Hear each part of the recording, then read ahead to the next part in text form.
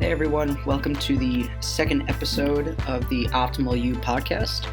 If you haven't listened to the first episode that I filmed, it goes over kind of a general overview of everything that we're going to be talking about. And to give you a synopsis for the most part of what I did discuss, a lot about this page is going to be how to individualize your entire health-based routine to you. My specialty is exercise physiology with strength and conditioning, but I also have a background in sports performance nutrition. I work as a clinical exercise physiologist right now, so I'm actually designing exercise and nutrition plans for populations that are either unhealthy, disease populations, or just people looking to get in better shape. And what I've learned up to this point in my career is that there is a major difference between something that works for someone and something that works for someone else. So that's the purpose of this page, to help you discover what those individual qualities are to put together the perfect plan for you. So this episode, we're actually going to be talking about the difference between dieting and nutrition change. So it's a very important distinction, especially in this day and age. So what do you think of when you hear the word diet? Kind of take a little bit of time to think about what that word incites with you and what it brings about. For me, after all of this time in this field, in this industry, what it brings about for me is restriction, frustration, immediacy, and desperation, right? Most of the time when we take on a diet plan, it's because something feels desperate, something feels immediate. I've got a wedding coming up in 3 weeks. My friend told me that this diet worked and he lost 20 pounds, or she lost 20 pounds in 3 weeks and feels and looks amazing. A lot of the times it's a very dire situation, or a lot of the times it's a very extreme reason why we take it on. And this is one of my favorite things to say, but what do the first three letters in diet spell? Die. Most of the time, if you were to stick to a specific diet plan for the rest of your life, I can say with confidence that it probably would not be the best and longest life possible. However, when we switch over to nutrition, what are the things that you think of? Take a little time, think this one over. It definitely should be different than what you thought about when I asked you what you think of diet. Okay, so when I think of nutrition, I think of food. When I think of nutrition, I think of the word fuel. Just like you would when you're filling up a car that needs gas, nutrition is exactly what the body, or the machine that the body is, needs. Okay? So when we're talking about the distinction between the two, I don't even want the concept of dieting to be included in your thought process going forward. I want nutrition to be the number one thing, because we're going to get into a lot of the specific concepts of nutrition, so the different macronutrients, the micronutrients, all of that. But starting first and foremost, it's about changing mentality and changing perception. Okay, some of the most popular diets right now, let's go over it. The keto diet, paleo diet, intermittent fasting, those are actually probably the three most scientifically valid.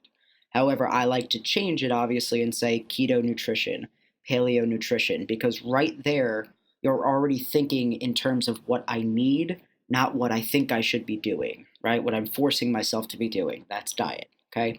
And if the keto nutrition and the keto paleo or paleo nutrition was chosen for you, it was chosen for a good reason, and that's nutrition, okay? I've heard of some unbelievably crazy, insane diet plans, right? Like I've heard of the chicken wing diet plan, where all you do is eat chicken wings.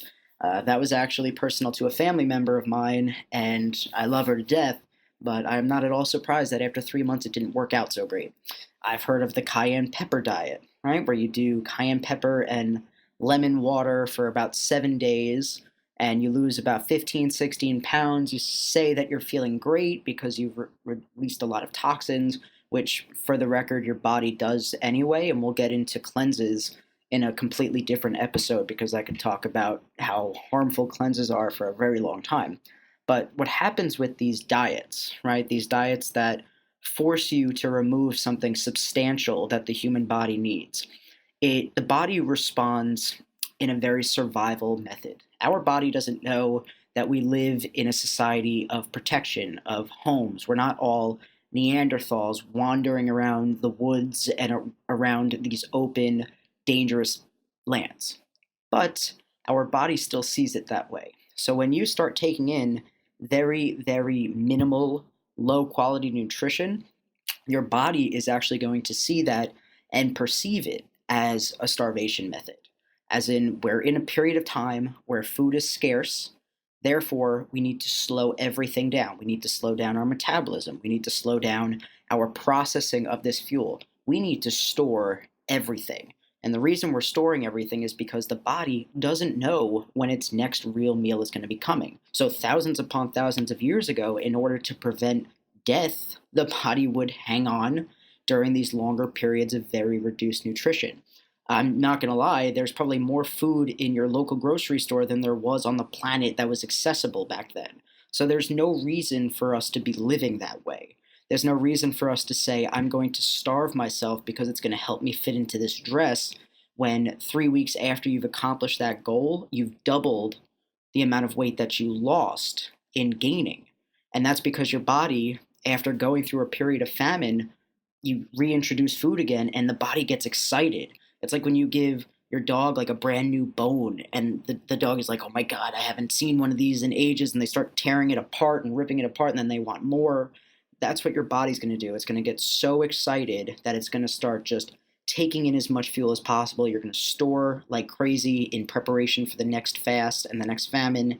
And your body is going to respond accordingly to the severe decrease. Now, this doesn't happen all that often, but staying on on a diet plan, won't make that mistake again. Staying on a diet plan for too long has actually been shown in the research and even just in human population in general to have a permanent effect on metabolism.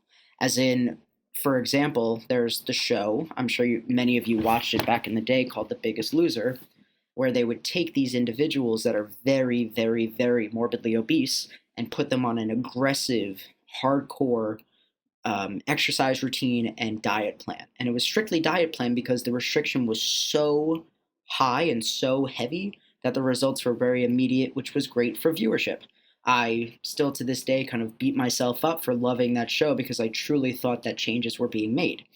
This became a little more aware to me when my mom's closest friends actually went on the show.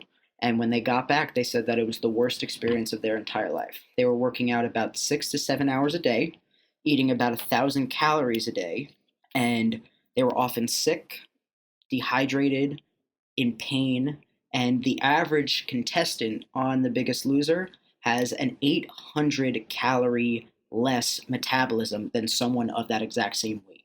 So, for example, if they're 300 pounds, right, their metabolism is at the very least 800 calories less than someone of the same weight. And that's because of how much metabolic damage there was done over that span of time. So if you think being in this caloric deficit that is caused by an aggressive diet is a good idea, just look at what it's done to some people that we actually glorify, which is so hard to believe. But deprivation sometimes is impossible to come back from. So moving away from diet, which like I said is not my favorite, nutrition is different.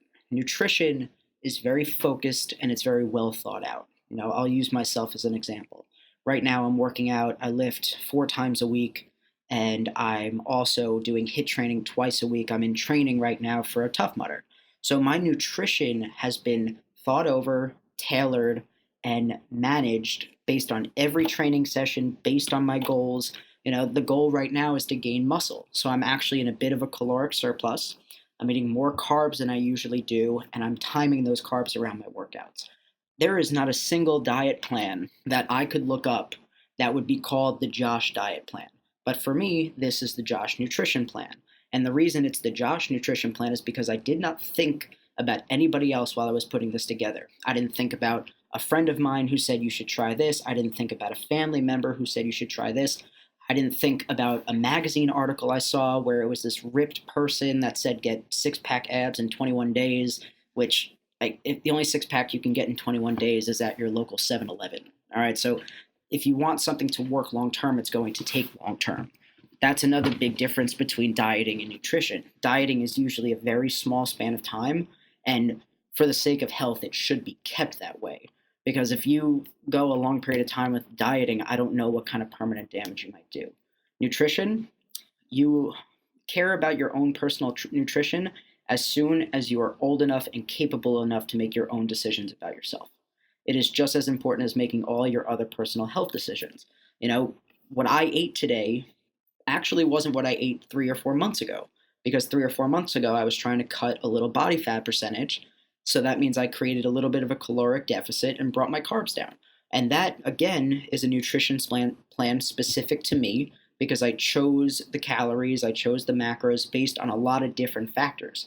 So, I'm making a lot of general statements about individualizing nutrition now, but we're going to talk about all the things you need to consider when you want to individualize your nutrition plan. Once again, you're not individualizing diet.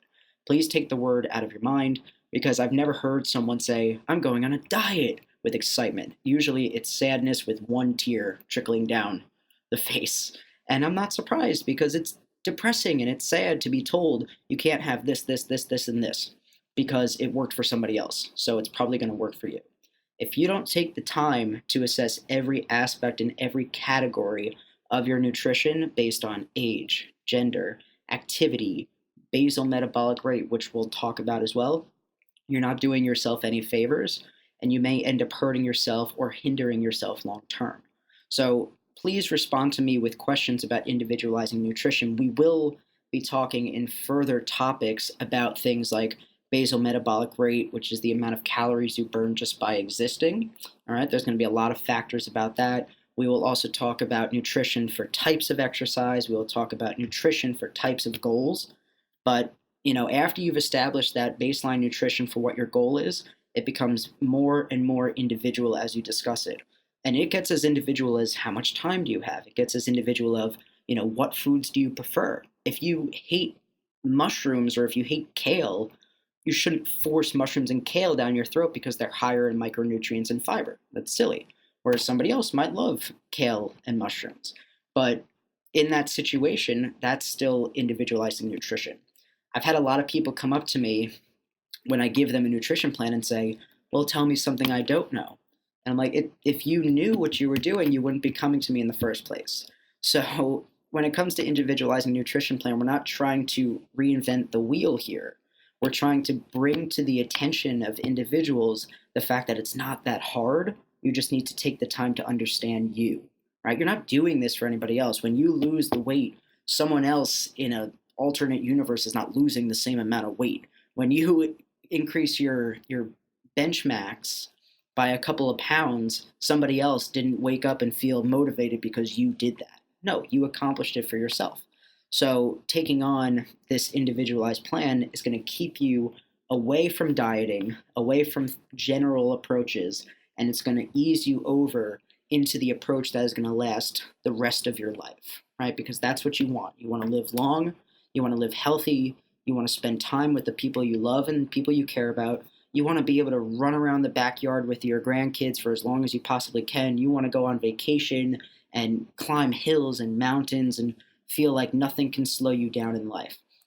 The only thing that can slow you down in life is yourself. You can make poor decisions, you can fall into traps and fads and hinder yourself, or you can take a second, understand reality, understand how important it is to understand you, and use me as a resource. This is what I do for a living. I design nutrition plans that most of the time I wouldn't even design for myself. That's how you know I'm a good professional.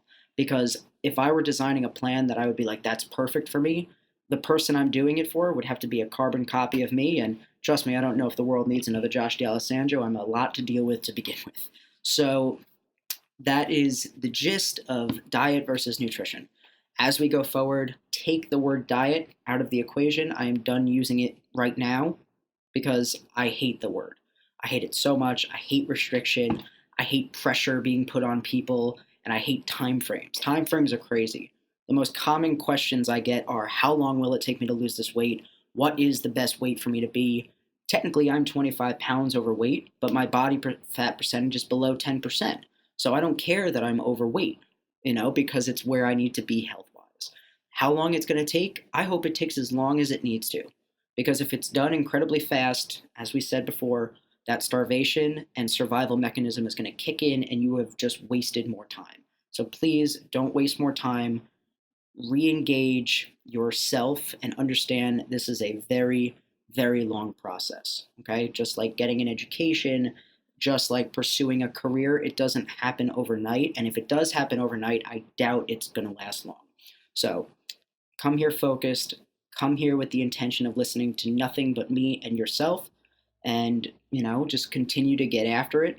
There's going to be steps that you're afraid to take, but you're going to take them. There are going to be hills to climb that you feel are unclimbable, and you're going to climb them. And once again, the only person that can stop you from doing that stuff is yourself. And I'm always here to motivate. So have a great day. Make the right choices, because every choice matters. Stay healthy, stay fit, and we'll start up again next time. So have a good